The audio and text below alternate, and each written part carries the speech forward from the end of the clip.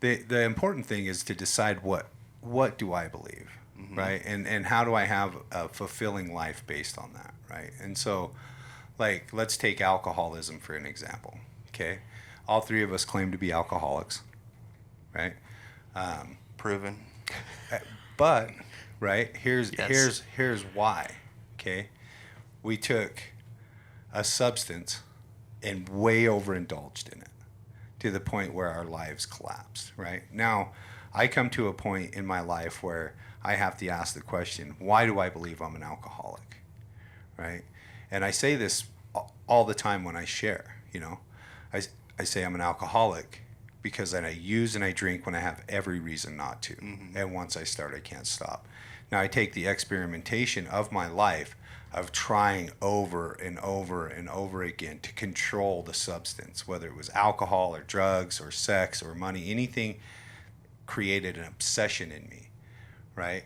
And so I break that back down to what does that mean across the board, right? It didn't matter what religion came into the room, right? Biologically, we all suffered the same way as alcoholics, Right. right? And so they put a name on the symptom, which is obsession, Right. reacted with compulsion, right? So I would drink, I would obsess over the drink, Oof. I would react compulsively regardless of the consequence of it, and I would drink more unto the point where my life was deteriorating, right? And so that's why I believe I'm an alcoholic. Why does it matter, right? Why is this important that I believe I'm an alcoholic, right? Because some people will say, I used to be an addict and now I'm not anymore. And that's their belief, and they don't use anymore and they have a productive life, right? The reason that I hold on to this belief of alcoholism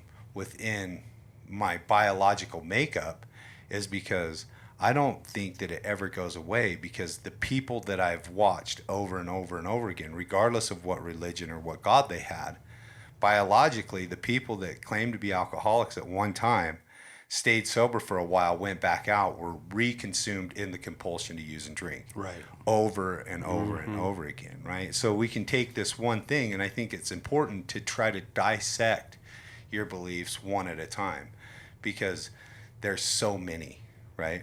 So we go into, I believe I'm a piece of shit based on the culture I was brought up in and my behavior and my inability to uphold the standards of that culture or whatever. So it creates a low self-esteem. I believe I'm not worth anything. Now I'm adding drugs and alcohol on top of that, which is making me worse. Right. Right? And so we have to get to a point where we can understand how to change that belief. Right? How do we change a belief? Right? You have to want to. Right? You have to be willing. What else, right? Like, you have to want to, you have to be willing. Does acceptance fall in there? Maybe. I mean, you tell me. Well, I Right. mean, I would think that, like, the belief that I'm a piece of shit. Okay, like you've got to accept that you have some worth to be able to change that, right? I mean, Yeah, you have to find that worth within yourself. right? Like, I- obviously, maybe it's you have to know that that's true, and that for me, one of the biggest things that I keep sort of coming back to lately, just in my own journey, is like I have to get rid of the things that do not serve me, right? So if the belief that I'm a piece of shit does not serve me, I accept that fact. I accept the fact that it's been a part of my belief system for however long, and that it is indeed time to change, because I can look at what's happening with my relationship with that belief and think that is not in any way, shape, or form helping me become the highest version of myself. Yes. Right? So, Okay. boom, gone. Get rid of it. What next? What do I have now? Like, what belief do I have about myself? Well, I believe that I am capable of doing great things. I believe that based on my behavior in the past. I've done great things. I have accomplished a lot. I cannot discredit that because I may be in a period of my life where I'm feeling shitty about things, right? Right. But I can look at those past things and say, I have done amazing things. I have recovered from drugs and alcohol. I have, had these accomplishments in my career, in my relationships. And so I know that I am capable of doing amazing things.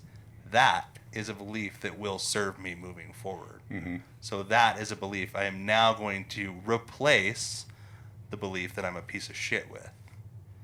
So, Okay. All right. I mean, and Willie, I would imagine that when you go through with your guys, that it's a similar process, right? Yeah, you handle it with kid gloves. Sure. You Yeah. got to be very delicate. For Yeah. sure, Mhm. right? Because Yeah. you have to be very tactful. And one of the great resources for questioning beliefs is a thing called street epistemology. You can look it up on YouTube. There's a guy named Anthony Magnabosco, and he does.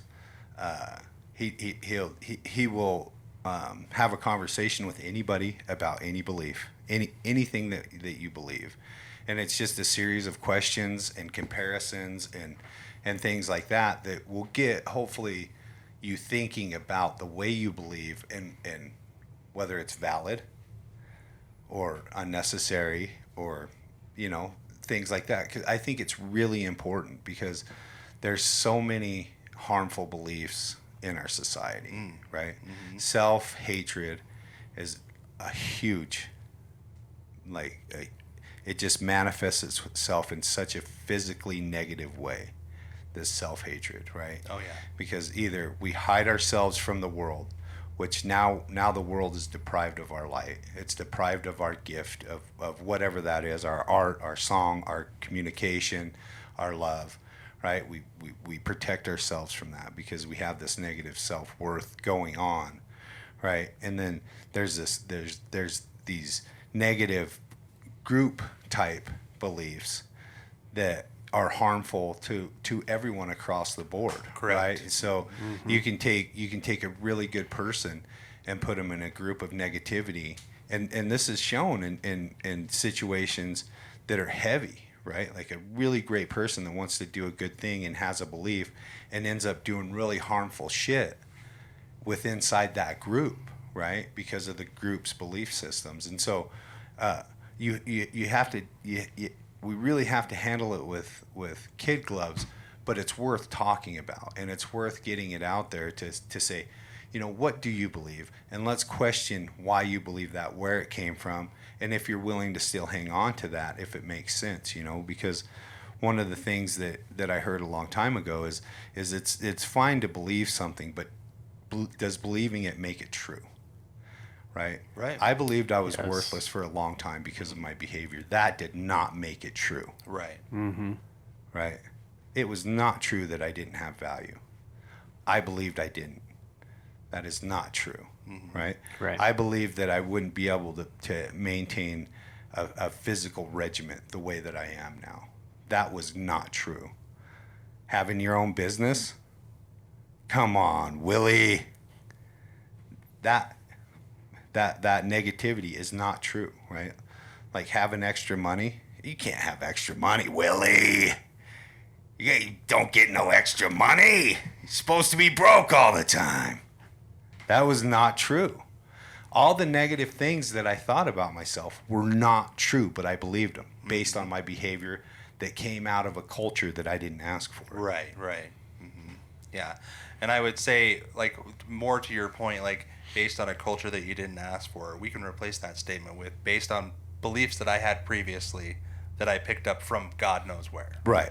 Correct. In your case, like, we sort of know where. Yeah, I've talked But- about it. Yeah, exactly. But like, we have these beliefs that we pick up along the way in very critical stages of our lives. Mm-hmm. In our early developmental stages, like, like for me, like for example, like I had this belief or this notion that I had done something wrong and that it caused my father to be distant.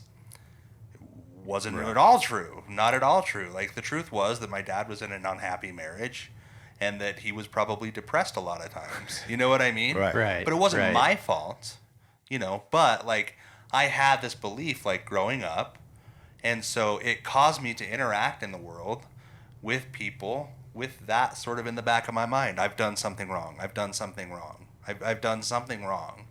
And so when those negative beliefs sort of attach themselves to us and become a part of the way we interact with those people around us or the world around us, it's going to have an impact on who we are as individuals. So when we look to change who we are as individuals, it's very important that we dismiss every notion and every belief that we've ever had. And we believe that we can. Yeah. We can change our beliefs. We right? can. Yes, we can. That's what I want our listeners to know. For sure. That's the message, that you can change your belief. Right. Go ahead. There's something I just want to. I think this is a good time to bring this up, and that we talked about this before the show, and that was silence. And you know, for so long I thought it was not okay to talk about my feelings towards my beliefs. You know, my behavior was not matching up with my beliefs, and I was so scared to talk about them, and I was, you know, kind of had been taught and conditioned growing up that, hey, we don't talk about problems in the house. We just shut up. Shiny. Everything's shiny and great. Just shut the fuck up and be happy, you know, which was so like untrue, you know. But, you know, like we're so silent, you know. And like, I remember when I started questioning the traditional beliefs that had been instilled in me, when we started step work, when I started it with Willie, I remember I really was so scared to even talk about them. I wanted to, you know, like, you know, no, I believe this way, and this is how it is. You know, I've been taught this way my whole life. You know, and like it was okay to talk about it. You know, to break that silence. It was okay to say, hey, you know, there are problems in I have experienced trauma. I have been through this. Like, you know, like I don't believe this. You know, and so I feel it's important for people to know they need to break the silence and talk about it. You know, if something's not suiting you and it's not, you know, you're not benefiting from it and you're not growing from a belief, fucking change it. Like, talk about it. Question it. Question it. Yeah, and be okay with questioning it. Right. And then if you determine that it needs to be changed, And I think there's you have the power to do that. Right. I think there's a way of questioning a belief, and then there's a way of saying, well, fuck it. You know, like rebelling against it. Like, Right. I would rather have people question a belief than rebel against it. Sure. And that's what I was doing, is yeah. rebelling against that belief. I Right. needed to just stop and say, hey, what is really the problem here? Right. Resistance creates resistance. Right.